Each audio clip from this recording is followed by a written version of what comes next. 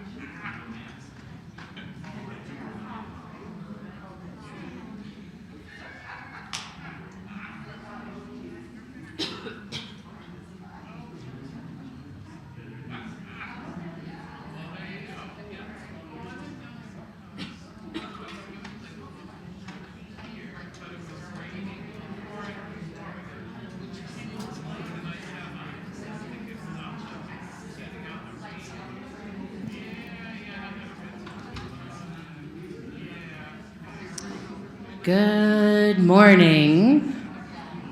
Morning and welcome to this worship service at the Unitarian Universalist Church of Tucson. Those of you I haven't met, my name is Reverend Bethany Russell Lowe, and I have the great pleasure and honor of serving this congregation.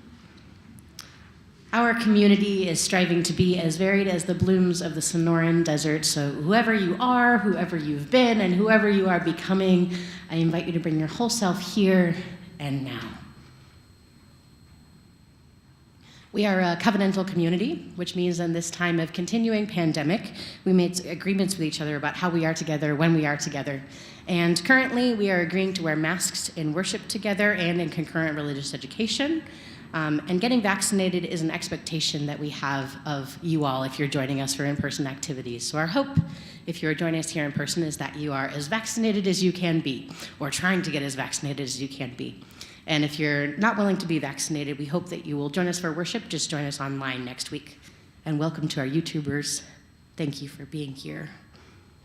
I extend a special welcome to any visitors this morning or people who feel like they might be new. I invite you to fill out a guest information card. If you're joining us on YouTube, our administrator, Mary Weiss, will post a link to that in the chat right now. And if you're here in person, we invite you to go to our Welcome Center, which is in the other building, kind of kitty corner to this one, on your left. There's an alcove there that's labeled Welcome Center. If you go in there, there will be clipboards with yellow sheets of paper and a friendly face or two to greet you and answer any questions you have. We will meet for social hour right after the service in Goddard, which is that building out kitty corner to your left. There will be coffee, iced tea, lemonade, and cookies for sale if you would like to buy a plate of cookies. There might be some other snacks too, but the cookies are $10 a plate or $5 if you brought your own plate of cookies to exchange. If you don't want cookies, you might consider buying a plate to donate to the Christmas Eve services, to those people working the services in between them. All the proceeds from today's cookie sales will go towards the Board of Trustees' efforts to do healthy congregations and spirituality of conflict work this year. So please go buy some cookies after service at social hour. Again, we will have Christmas Eve services this week, this coming Saturday at 3 p.m. and 5 p.m. If you're looking for a more contemplative service and listening to hear our choir sing, come at 3 p.m. on Saturday. If you are looking for a little bit of chaos, or if you want to dress up to join our DIY Christmas pageant, plan to come at 5 p.m. Maybe some of you will come to both, and you'll have cookies in between. So 3 p.m. is contemplative service, 5 p.m. is our pageant service. We will also have services on Christmas Day and New Year's Day, which are both Sundays this year, 10:30 on the next upcoming 2 Sundays. So if you don't have other plans or if you want to join us for those, please do come. Reverend Linda Bunyard, one of our community-affiliated ministers, is leading next week, and I will lead our New Year's Day service. And now, if you would, turn to a neighbor, maybe one you haven't met yet, introduce yourself, and tell them about something you did to take care of yourself this week.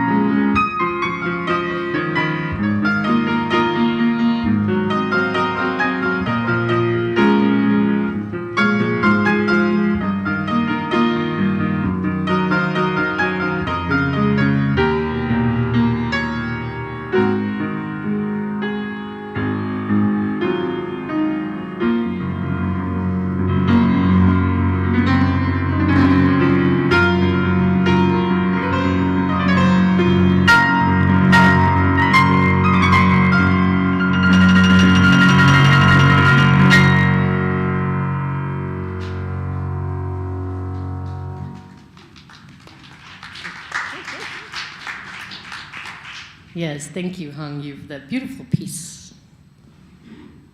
Our words for call to worship this morning are called A Blessing for Traveling in the Dark by poet and mixed media artist Jan Richardson. She writes, "Go slow if you can, slower, more slowly, still, friendly, dark, or fearsome. This is no place to break your neck by rushing, by running, by crashing into what you cannot see. Then again, it is true, different darks have different tasks, and if you have arrived here unawares, you have come in peril or in pain, this might be no place you should dawdle.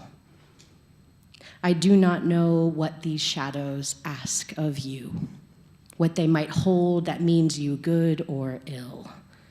It is not for me to reckon whether you should linger or you should leave.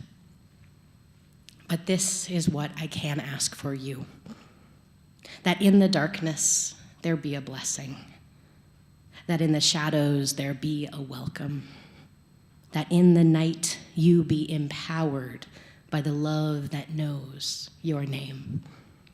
Come, let us worship together."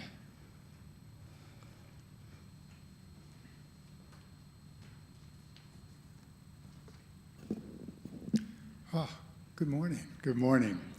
I'm Bert Meek. I'm one of the worship associates, and I'll be your worship associate for this morning. The next part of our service is the chalice lighting, our tradition that way. So, perfect. If you'll please read along with me, the chalice lighting, Embrace the Night, written by Reverend Jennifer Grayson. Universal mystery, guide us away from the desire to shine light in all the corners. Teach us to embrace the night, for without the darkness, we never see the stars. So as we light our chalice here in the sanctuary, all of you at home, if you have a candle, please light that, part of our ceremony here. Thank you.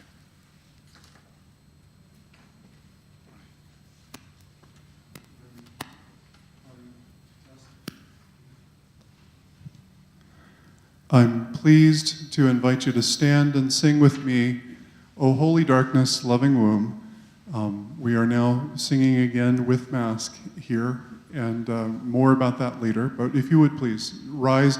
You know the tune, you won't know the words. These wonderful words by Jan Aldrich Clanton will be projected on the screen to the tune of O Little Town of Bethlehem.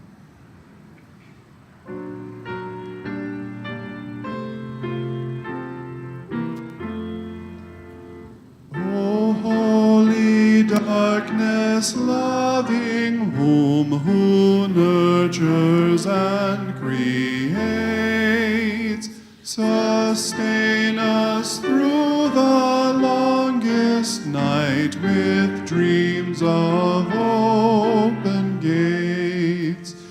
We move inside to mystery that in our center dwells, where streams of richest beauty from sacred living wells. Creative darkness, closest friend, you whisper in the night. You calm our fears as unknown paths surprise us with new sight. We marvel at your bounty, your gifts so full and free, unfolding as you waken us to new reality. O holy night of the deepest bliss, we celebrate your power. Infuse us with your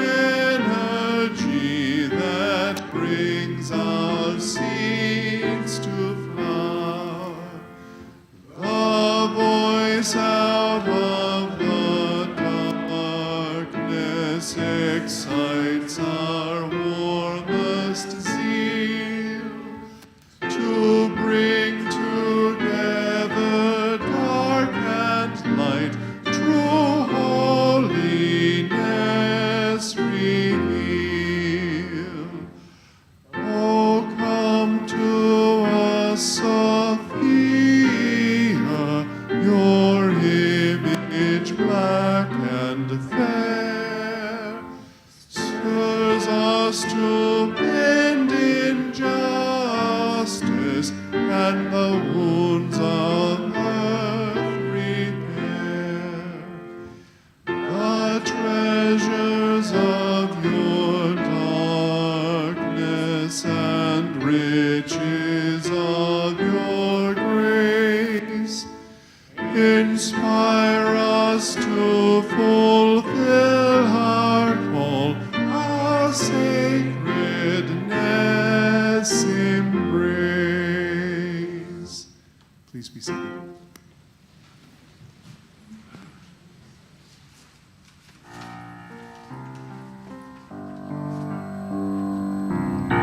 God's Holy Darkness, a story from the Lutheran tradition, written by Sherry Green and Becca Selnick.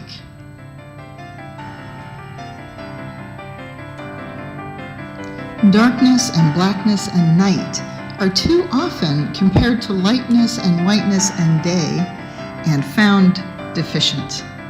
But let us name the beauty and goodness and holiness of darkness and blackness and night. God uses darkness and blackness and night to show love for the world. Creation began in the dark. In the beginning, darkness covered the face of the deep. God poured out love and brought all things into being. Creation is God's work done in holy darkness. When Abraham began to doubt God's promises, the Lord took him on a walk and pointed to the night sky. Look toward the heaven and count the stars. If you are able to count them, so shall your descendants be.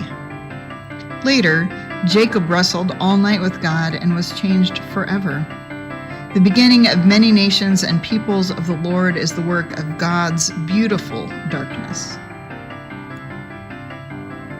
At midnight, the Lord passed over Egypt and set the people free. Samuel heard a small voice calling to him in the dark and became a mighty prophet. When the temple was complete, King Solomon said, "The Lord has said he would dwell in thick darkness." The Spirit of God dwells in the holy darkness where we are invited to be held in God's love. Angels appeared to the shepherds in the dark and told them of a baby in a manger. The disciples gathered with Jesus for the Holy Supper as the day turned to night. When Jesus died on the cross, the day went black from noon to 3. God saved all creation, and it was the work of God's beautiful, good, and holy darkness. Rich black soil brings forth abundant life.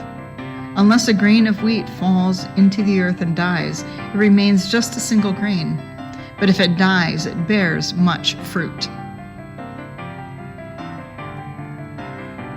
The deep dark of the ocean holds more life than has ever been discovered. We are reminded of the size of God's creation through the boundless, beautiful black of outer space. From the beginning of creation to the stars in the night sky, we are shown God's love. In houses of worship with dark spaces for wonder, we are held in God's love. In the dark soil and deep sea, we are reminded of God's love. From the promise of peace made to the shepherds at night, to the promise Jesus made on the cross, these are the beautiful works of God's holy darkness.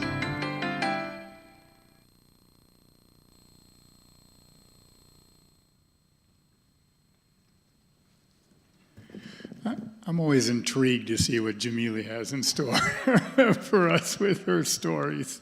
Jamili, she's over at RE, but thank you. So, it's time now for our ritual of joys and sorrows. Remember that all of us carry both joy and sadness inside. These complex emotions often stirred up at this time of year, and they were the central focus of our service last week. Now, how we feel may not be obvious to those around us, but our emotions are very real and very present for each and every one of us. And so we need a time and a place to honor our feelings. Remember that our earth is strong. It's more than strong enough to hold our pain and our joy, our love and our anger. This shared bowl over here, for which we use for joys and sorrows each week, it holds the big rocks as part of our earth. These signify our collective celebrations and our mournings. Soon the bowl will also hold smaller stones when you add them to represent your individual joys and sorrows. For me personally, I am grateful to be a member of this wonderful religious community and be able to contribute in some small way to our services. I'm also consistently pained by the relentless damage that my wife's rheumatoid arthritis, the toll that is taking on her. But I am inspired by her, the strength she finds to move forward every single day. We who live in the desert know that water is a life-sustaining but scarce resource, scarcer every day. Let's remember those who are walking across through our desert right now with no access to water. We pour water from this jug to represent the jugs of water that our ministry partner, No More Deaths, leaves on the desert for those coming to our country to help them survive their perilous journey. For those of you who wish to share your joy and sorrow with us online, please go to Menti and enter this following code, 3986, good 2742. Now, those of you here in Holland, you can send your thoughts and feelings by having Brian Moon send them to Menti for you if you wish. And the rest of you here in person, if you have a joy or a sorrow that you wish to acknowledge, you're welcome to come up now to the table and place a stone in the water to symbolize how you're feeling or where the thoughts are in your heart. On you.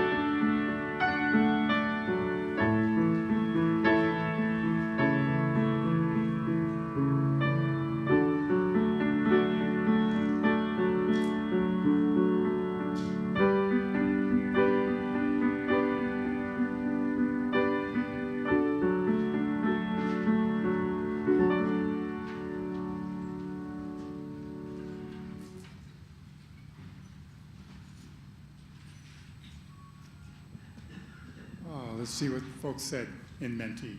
First, a joy. Happy birthday to Joey. Relief that I'll have some moments to gather myself and to reflect upon this week, enjoying the darkness. Sending holiday love to our family who are no longer with us, and to my cousin who just passed away last week. So much financial and social pressure this time of year, the stress is almost crippling. Joy to the celebration of Mike Daniel Hutchins, wonderful treatment and wonderful retirement and celebration. For the resident aliens to get an easy way, hopefully, to be legal. We are living with a good winter. Thank you.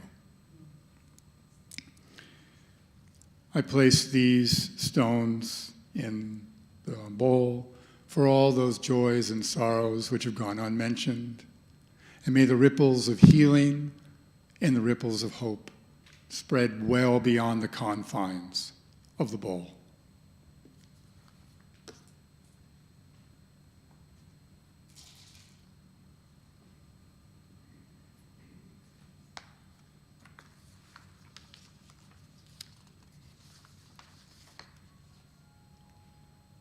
I'd like you to join me, please, in this responsive reading. It's adapted from a writing by Reverend Emily Wright Magan, from a reading in All Desires Known that was written by Janet Morley. I'll read the first part, and the second, and the alternate parts are for you. Good. Because we remember that seeds began in the dark earth, we are grateful for the dark and the deep.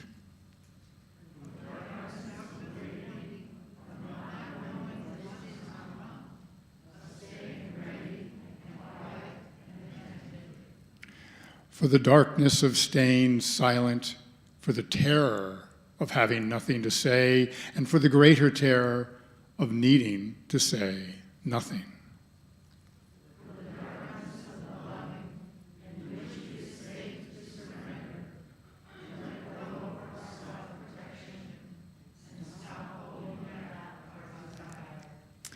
For the darkness of choosing when we have the moment to speak and act and change, and when we cannot know what we have set in motion, but we still have to take the risk.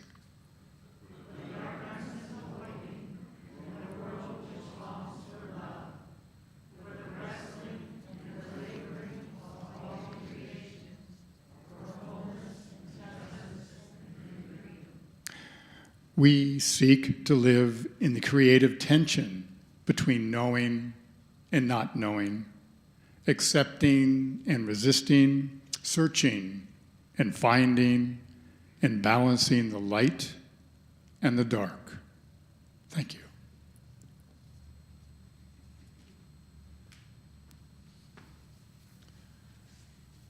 Would you please join in singing Find the Stillness?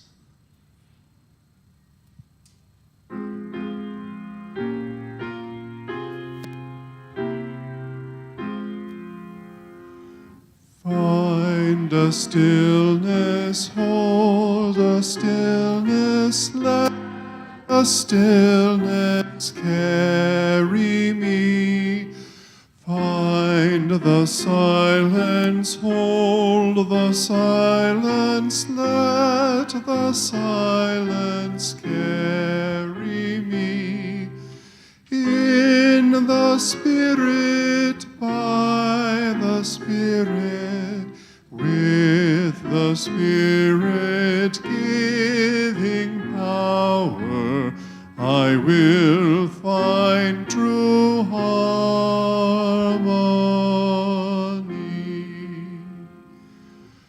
Seek the essence, hold the essence, let the essence carry me.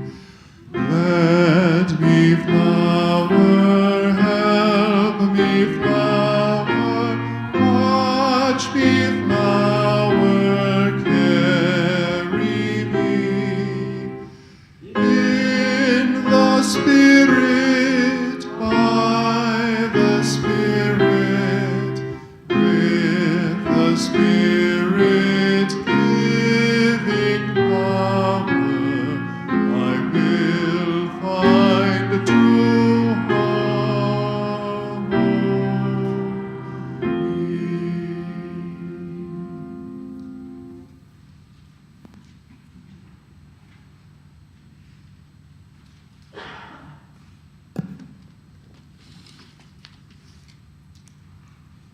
it's time now for the offering. Today is a Share the Plate Sunday where we contribute some of the money that we raised this morning to a worthwhile charity here in Tucson. It comes from a list that everyone has been able to vote on. And today we want to recognize the Diaper Bank of Southern Arizona. The Diaper Bank serves our community in three major ways. As you may have guessed from their title, they provide diapers to needy parents of infants. For older clients, they also provide incontinence supplies. I want to share with you a little bit more about their third program, which addresses what they call period poverty by providing free or low-cost menstrual supplies to those in need in Southern Arizona. In the U.S. today, about 1 in 4 women struggle to be able to afford menstrual supplies. And in our county, which has half again the number of people below the poverty line of the rest compared to the rest of the country, the need for our support and the Diaper Bank support is even greater. Because of efficiency of their purchasing, the Diaper Bank is able to distribute $3 worth of supplies for every $1 that is donated. Now, the way it works on Share the Plate Sundays is half of all the checks made out to UUCT that have Share the Plate on the memo line, half will be given to the Diaper Bank. You can make a check out directly today to the Diaper Bank, and of course those checks go directly to that charity. If your check is a pledge, you should note that on your memo line. If you do not designate Share the Plate on your check, the donation will not, part of it will not go to the Diaper Bank. So however you participated in today's service, our congregation depends on your financial support. For you here in person, you can put your donation now in the baskets as the ushers walk down the aisles, or you can contribute as you leave Holland at the end of the service. For those of you watching us from afar, you can send a check to our church office. You can give online at uuctucson.org/donate. Good. Or you can text the number 833-361-5796. So please remember, our church flourishes because each of you share with the rest of us your love, your compassion, your time, and your treasure. Sharing our financial blessings is one way that we can all contribute to the greater good, both of our church and of our larger community. Your generous offering now will be received with grateful appreciation and recognition of our shared hopes and values.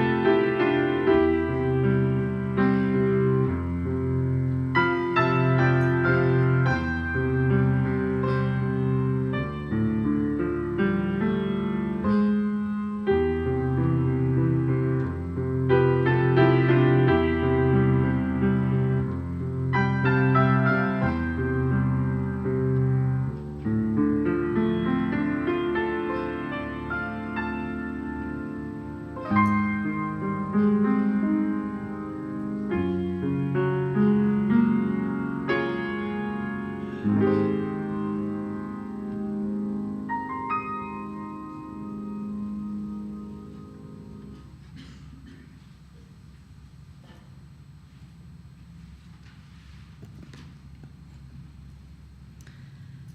reading today is called The Darkness Divine from a book of the same title by Reverend Dr. Kristen L. Harper, a Unitarian Universalist minister. She writes, God resides in the depths of darkness as in the light of sunbeams. The moon shines brighter surrounded by night, and life is secure in the black waters of the womb. As the night sky littered with stars demonstrates again and again, there is beauty in darkness and beauty in light, one no more brilliant than the other, one no more necessary than the other, one always completing the other. Without the heated darkness of the universe, splitting neutrons, electrons, and protons from atoms, life and light would never be. The task for us is to recognize God in both, to see the divine in the rich brown earth, the textured black walnut, as well as the white snow and the pale pink jellyfish, to see the sacred in the panther and the swan, to embrace the dignity of the Black Madonna as it is embodied in the Virgin Mary. The task for us is to look at the multifaceted colors of the onyx and see the miraculous prism of color produced in the prism of a diamond.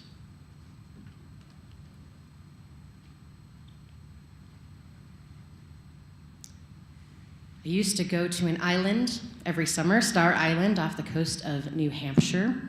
It is a place where Unitarian Universalists and United Church of Christ folks go for family conferences mostly, and other more adult conferences too. And the tradition on the last night of the conference, on Friday night, is to stay up all night. So when we're 13, 14, start to be teenagers, we start taking on this tradition. And the teenagers often stake out the spot on East Rock, which is the easternmost cliff of the island. This cliff you might see here, this black and white picture of a tall cliff overlooking the Atlantic Ocean. We actually spent a lot of our week together in this place, my group of teenage friends and I, but usually during the day. But by Friday, that trek out to East Rock, which was precarious in the light, was even more so precarious by night. But by that end of the week, our foot knew the paths to take. There was a comfort in knowing a place so well we could navigate it even without flashlights when the moon was big enough. The most spectacular part of this night, this overnight we took on Friday night of those conferences, was watching the jellyfish. We were warned, there was an unofficial tradition of jumping off East Rock that teenagers sometimes like to participate in, and we were warned against that unofficial tradition because we were told there were jellyfish swarming all there. But during the day, we couldn't see them. There was no jellyfish there. But at night, on that Friday night, they always became visible, and they kind of swam in the waves there and lit up just brilliantly. We would spend the whole night there watching the jellyfish and bonding and relating in ways that hadn't been possible in the daylight prior. I remember disclosing things I'd never told anybody before in the comfort of the darkness there. I remember laughing harder than I have ever laughed before in the comfort of the darkness there. Something about that darkness drew us out of ourselves. It made the vulnerable pieces of us feel more ready to reveal themselves. Reverend Dr. Harper, as I mentioned, is a Unitarian Universalist minister, and the reading today was drawn from her book published by the Unitarian Universalist publisher Skinner House Books in 2021. It is pictured here. In this book, Reverend Dr. Harper starts with the understanding that often, at least in American English, we assign good qualities to white and light and bad qualities to dark and black. Think dark times, dark side, black sheep, black male, dark forces, blacklist. On the other hand, we say white lie, white night, white list, come into the light. These are just examples of how we use dark and light metaphors and as binaries of good and bad. In good company, Reverend Dr. Harper calls us to examine and critique how we assign negative qualities to darkness.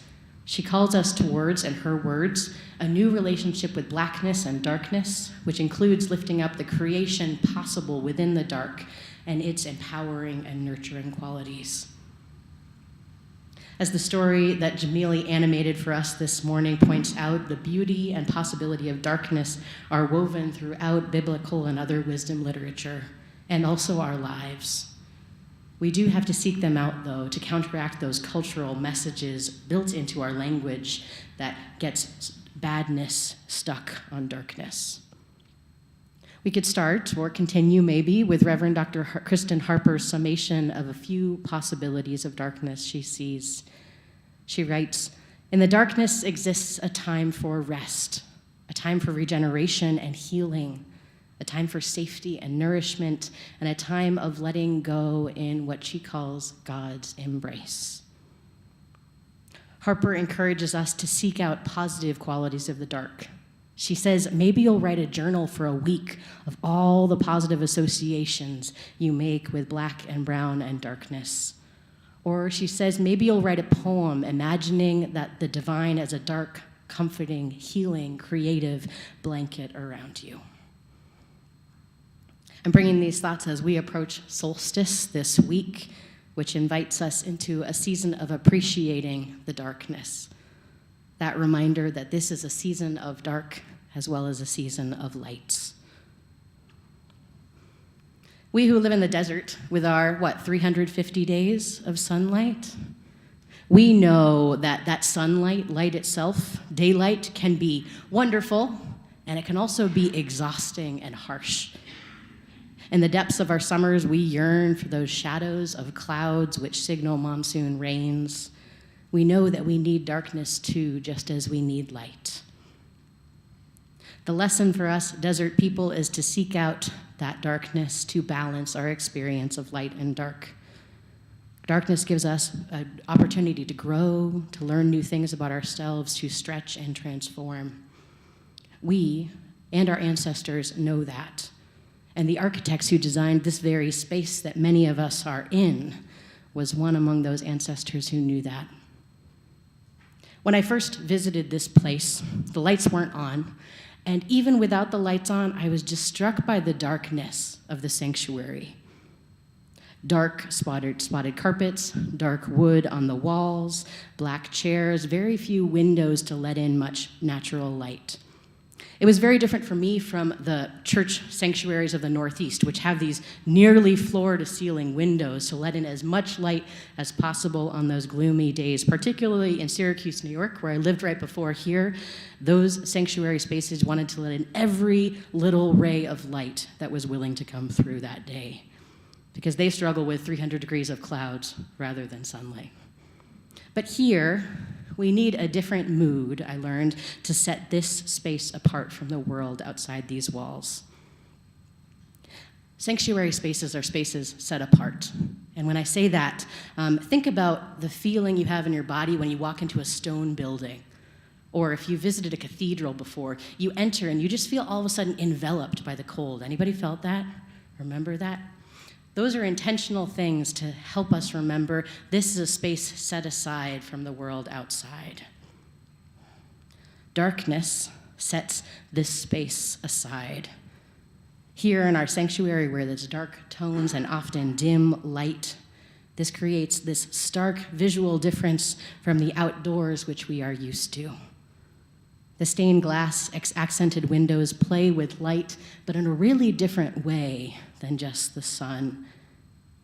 If you've been fortunate enough to be in this sanctuary in the early afternoon with indirect sunlight, there's a picture here. The lights just play spectacularly. This place, through its construction, through its architecture, through its darkness, can teach us what Reverend Dr. Kristen Harper draws our attention towards. How we can, in her words, see the miraculous spectrum of color in the multifaceted colors of the onyx. As we draw closer to this darkest day of the year, what lessons does darkness have for you? What rest might the dark offer you? What introspection can the darkness make room for? What might you let go of in the shadows of this season? How might the dark empower your creative spirit this year? Whatever your journey in the darkness, remember the poet Jan Richardson's advice: go slow if you can, slower, more slowly still. Solstice, these days of lingering light, is an invitation to rest, to rejuvenate, to let go. The ancients knew it, and we know it now, still in our bones. There is a temptation to focus on sunlight, which is real and true for us desert people, but we were also meant to be driven. We were not creatures meant to be only driven by the sun. We were also made to cherish the dark. Remember how we all started our lives in the darkness of the womb. Our first heartbeats, our first movements, our first nourishment, our first sounds, all happened in the comfort of darkness. And whatever world we met on the other side of that womb, we all found an inborn comfort in the dark first. It was the light we had to learn to love. So in these days, when the balance of light and dark shifts most heavily towards darkness, let us remember that comfort. Let us remember to rest, to linger, to restore. Let us take the invitation that darkness has for us to discern, to wonder, to just be. And let us remember that loving the dark, appreciating the wonder of shadows, adjusting our language so that dark and light are not all bad and all good, these are just some of the ways that we can become more whole. I'll end with Marilyn McIntyre's short poem, What to Do in the Darkness. Go slowly, consent to it, but don't wallow in it. Know it is a place of germination and growth. Remember the light. Take an outstretched hand if you find one. Exercise unused senses. Find the path by walking it. Practice trust, waiting for dawn. May we lean into darkness's lessons, and may we find rest well. Blessed be, and amen.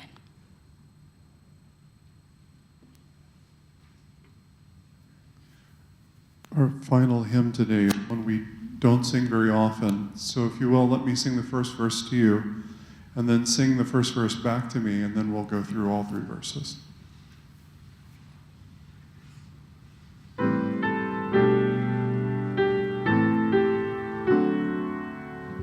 When windows that are black and cold are lit anew with fires of gold, when dusk in quiet shall descend, and darkness come once more a friend. Again.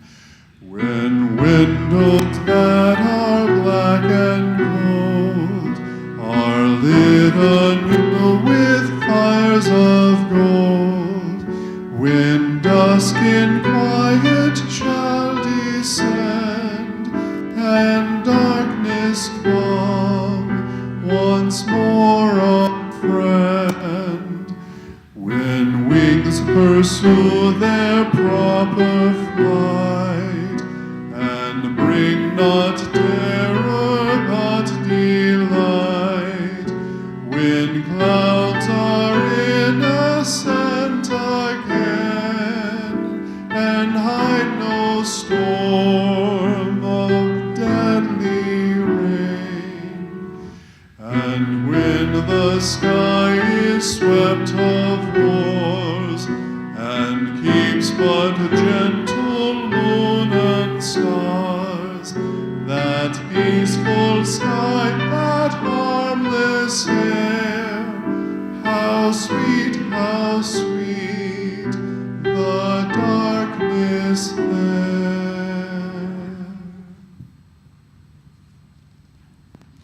words of closing come from Reverend Gretchen Haley. Darkness does not mean doom, it only means mystery. Our human brains, when faced with darkness, often imagine the worst, that our fears are true, that our worries were premonitions. When we remember that darkness only means we don't know all there is, that there is, we are able to embrace it as a tool for preparation, for rest, and for renewal. As we travel these final days before solstice on the 21st, may we embrace the mystery of the dark and release ourselves from anxiety. May we hold out hope for personal change, for world change, the kind of hope that inspires us to keep lighting candles and loving the world.